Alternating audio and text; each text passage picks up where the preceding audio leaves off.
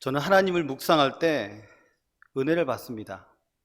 제가 즐겨 묵상하는 하나님은 이 땅에 울음을 터뜨리고 태어나는 순간부터 또 지금까지 인도하신 에베네셀의 하나님이십니다.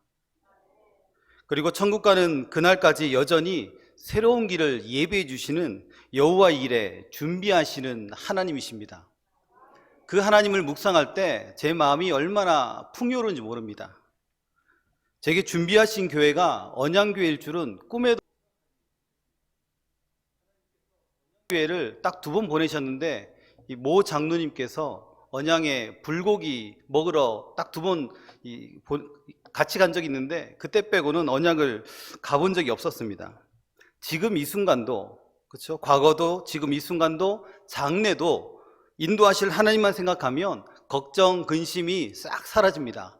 모든 것이 하나님의 은혜구나, 모든 것이 하나님의 섭리구나 라면 어떤 것도, 어떤 고난도 견뎌낼 수 있습니다. 그런데 오늘 본문 창세기 1장에서 우리 하나님은 어떤 하나님으로 보여지고 계십니까? 우주 만물을 창조하시는 하나님으로 나타나십니다. 그래서 창조주 하나님 생각하면 제 마음에 기쁨과 감사가 충만해집니다. 여러분, 창조주 하나님을 생각하면 여러분의 마음속에 어떠한 마음이 솟아오릅니까? 기쁨이 충만해집니까? 감사가 충만해집니까? 아니면 온 세상이 내 안에 들어온 것 같은 그런 느낌을 받고 있습니까? 그런 감정이 우리 안에 솟구쳐 올라와야 됩니다. 말할 수 없는 감사, 기쁨, 충만 이런 것들이 올라와야 됩니다. 그래서 하나님은 창조하시는 분이십니다. 없는 것을 있게 만드시는 위대하신 하나님이십니다. 사랑하는 언양교회 성도님 여러분, 오늘날은 결핍, 부족으로 여전히 상실감이 충만하지 않습니까? 충만합니다. 성령으로 충만해야 되는데 상실감으로 우리는 충만한 삶을 살고 있습니다. 모든 인생은 똑같습니다. 모자라서 아파합니다. 이럴 때 우리는 과연 어떻게 해야 될까요? 창조하시는 하나님께 연결되면 인생의 문제가 확 풀려버립니다. 아멘이십니까? 오늘 하나님께서 우리에게 말씀하십니다. 첫 번째죠. 하나님께서 말씀으로 창조하셨음을 우리는 반드시 믿어야 됩니다. 말씀으로 창조하신 하나님. 이 세상에 아무것도 없을 때 하나님은 말씀으로 창조했습니다. 2절과 3절 같이 함께 합독하시겠습니다.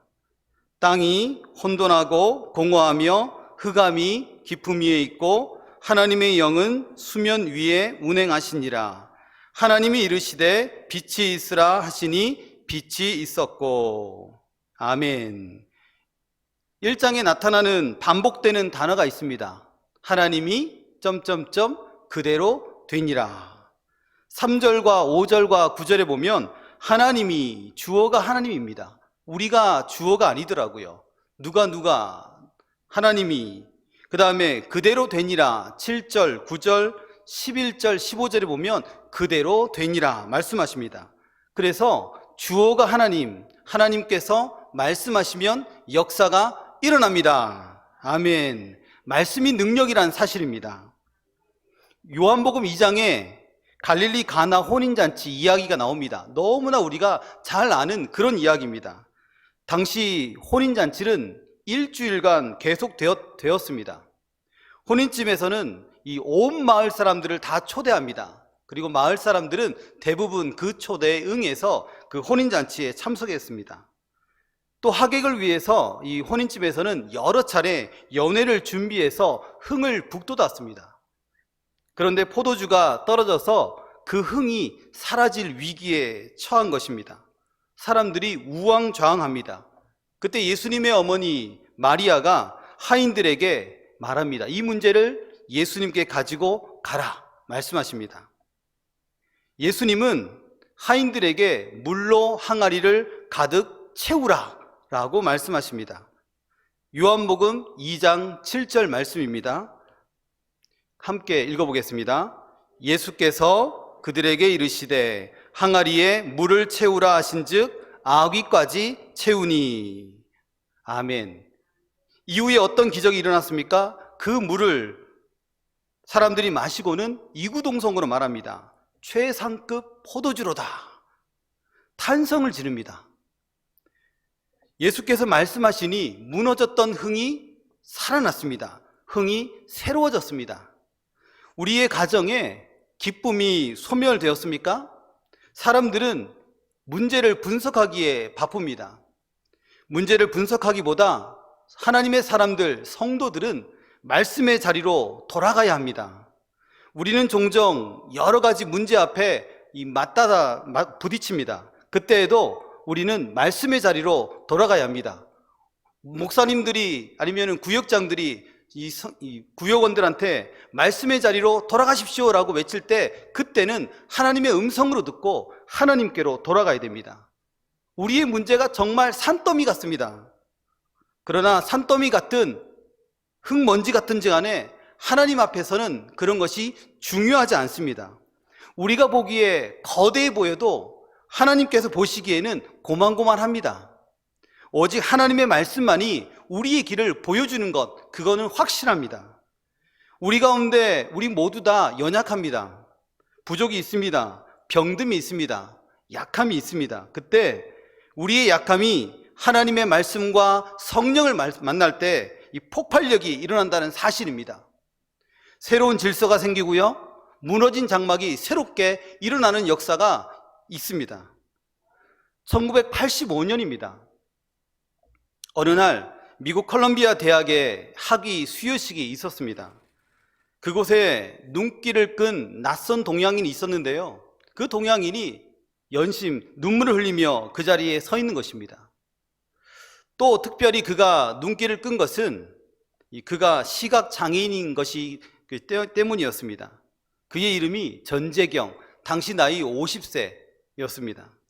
그는 처음부터 시각장애인이 아니었습니다.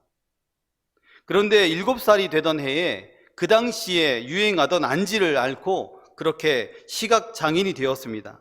힘든 순간이었을 것 같습니다. 그들의 마음을 어떻게 제가 다 이해하겠습니까? 그렇지만 누구보다도 힘든 순간순간을 보냈을 것입니다. 좌절, 고통, 그런 이야기들이 그의 삶 가운데 계속 펼쳐졌습니다. 그런데 이 좌절을 이겨내고 고통을 이겨내고 운명을 극복하고자 열심히 공부했습니다. 그래서 건국대학교에 입학을 하고 대학을 졸업하여 미국으로 도미를 하게 됩니다. 그래서 장학금을 받으며 학업을 지속해 나갔습니다. 50세가 되던 1985년 드디어 그가 철학 박사학위를 받았습니다. 그가 공부하던 중에 만난 에드나와 결혼식을 올렸습니다. 그가 고백합니다. 신앙적인 아내의 도움이 없었다면 나의 학문 연구는 전혀 불가능했을 것입니다 라고 고백합니다. 과연 그가 어려움을 견뎌내고 여기까지 올 수 있었던 것은 무엇 때문이었을까요? 그의 인생의 불가능을 가능케 한 것은 확고한 하나님의 말씀 때문이었습니다. 그가 존재하는 이유를 그는 성경에서 찾았습니다. 에베소서 2장 10절입니다. 함께 읽어보겠습니다. 우리는 그가 만드신 바라 그리스도 예수 안에서 선한 일을 위하여 지으심을 받은 자니 이 일은 하나님이 전에 예비하사 우리로 그 가운데서 행하게 하려 하심이니라. 아멘. 또한 하나님의 말씀은 우리의 인생, 그의 인생을 비춰주는 등불이었습니다. 시편 119편 105절입니다. 우리 한번 주의 말씀을 읽어보겠습니다. 주의 말씀은 내 발의 등이요 내 길의 빛이니이다. 아멘. 어려움 가운데 우리의 운명을 저주하거나 포기하지 않고 말씀에 확신을 가지면 승리의 월계관을 우리 모두가 쓸 수 있습니다. 그러면 어떻게 해야 말씀이 우리 가운데 역사가 될까? 이런 질문을 던질 수 있습니다. 그것은 다 아는 것입니다. 기도를 통하여 하나님의 역사는 우리에게 다가옵니다. 모든 것이 헛된 것이 없습니다. 그냥 의미 없이 지나가는 것이 없습니다. 70일 새벽기도 이 또한 하나님께서 우리에게 명령하신 것입니다. 하나님께서 기도를 통하여 하나님의 놀라운 은혜를, 역사를 맛보라고 우리에게 주신 기회라는 것입니다. 고난, 고통, 그거 있을 수 있지만 생각을 달리하면 하나님 주신 기회이다. 하나님께서 놀라운 은혜를 부어주시는 순간순간이 될 것이다 라는 사실입니다. 그러므로 저와 여러분은 반드시 기도해야 됩니다. 이 70일 새벽기도 완주해야겠다. 완주하지 못해도 이거 끝까지 해내겠다라는 그런 마음을 가지고 도전해 보시기를 바랍니다. 말씀을 붙들고 기도하면 성령께서 성령을 선물로 주십니다. 우리 교회 표어가 성경이 이끄는 언양교회죠. 달리 표현하면 성령께서 이끄시는 언양교회라는 표현할 수 있습니다. 다른 표현 같지만 같은 말입니다. 성령 하나님께서 우리의 교회를 지도하시고 인도하시고 이끌어 가십니다. 누가복음 11장 13절입니다. 우리 함께 합독하시겠습니다. 너희가 악할지라도 좋은 것을 자식에게 줄 알거든 하물며 너희 하늘 아버지께서 구하는 자에게 성령을 주시지 않겠느냐 하시니라. 아멘. 성령이 오시면 두렵지 않습니다. 부럽지 않습니다. 힘들지 않습니다. 그러므로 오늘도 주의 말씀과 성령으로 다시 일어서는 저와 여러분들이 되기를 소원합니다. 두 번째는 말씀으로 창조함에는 목적이 있습니다. 창조에는 목적이 있다는 것입니다. 해와 달을 통하여 하나님께서는 이 어둠과 낮을 주관하셨습니다. 모든 창조물은 아무렇게나 생각 없이 만들어지지 않았습니다. 사람을 창조하신 것, 그것에는 더 명확히 하나님의 뜻이 나타나 있습니다. 28절입니다. 함께 합독하시겠습니다. 하나님이 그들에게 복을 주시며 하나님이 그들에게 이르시되 생육하고 번성하여 땅에 충만하라. 땅을 정복하라. 바다의 물고기와 하늘의 새와 땅에 움직이는 모든 생물을 다스리라 하시니라. 아멘. 하나님은 사람을 만드시고 그에게 무엇을 주셨습니까? 복을 주셨습니다. 그리고 그 복을 가지고 생육하고 번성하라, 충만하여 하나님의 창조한 세계를 다스리라 라고 말씀하셨습니다. 의미 없는 인생이 있습니까? 아무도 없습니다. 너무 중요한 거죠. 아무도 없습니다. 모두가 다 의미 있는 인생입니다. 100세 노인이라도 의미가 있습니다. 어르신들 늘 그러죠. 내가 어디 가서 도움도 안 되는데 무슨 의미가 있겠나? 내가 11주도 못 하는데, 내가 교회에 덕도 안 되는데 도움도 못 되는데 무슨 의미가 있겠나? 그렇지 않다는 것이죠. 하나님 보시기에는 의미가 있습니다. 어린아이 의미가 있습니다. 직장을 가졌던, 직장을 가지지 못했던 의미가 있습니다. 공부를 잘하던, 공부를 못하던 의미 있습니다. 신앙이 깊던, 신앙이 얕던지 의미 있는 인생입니다. 우리의 인생은 가치 있는 인생, 의미 있는 인생입니다. 그런데 마귀는 끊임없이 말합니다. 나는 못났다. 나는 안 된다. 공부도 못하는데, 나는 돈도 없는데, 나는 달란트도 없는데 내가 교회에 무슨 덕이 되겠는가? 나는 이미 나이가 들어가지고 일어설 수 있는 힘조차 없는데 내가 교회에 무슨 도움이 되겠는가? 라고 합니다.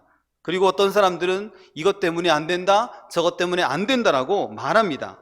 우리의 존재를 상실하게 합니다. 사명을 잃어버리게 합니다. 그러나 하나님의 성령에 붙잡히면 우리의 인생의 의미와 존재 목적을 깨닫게 된다라는 것입니다. 어느 유명 연예인의 말입니다. 술에 취하면 술이 통제한다. 성령 충만하면 성령이 통제한다. 성령의 강력한 통제 속에 살아야 한다.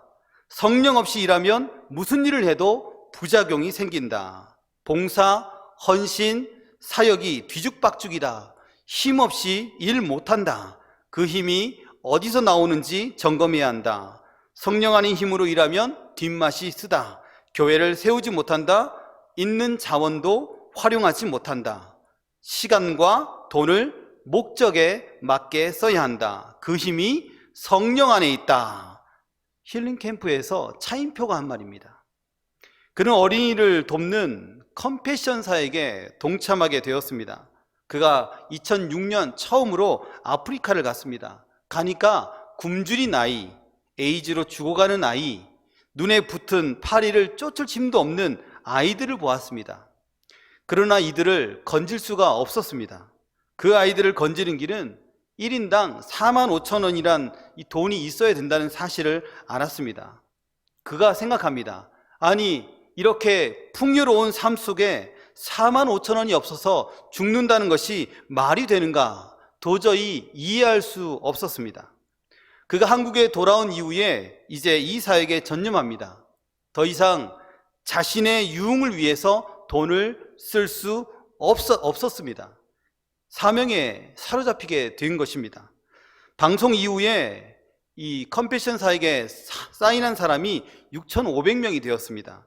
컴패션 1년 후원자가 10,000명이었는데 이 한 번의 호수로 1년 기대치의 2분의 1, 절반이 넘게 참여하게 된 것입니다.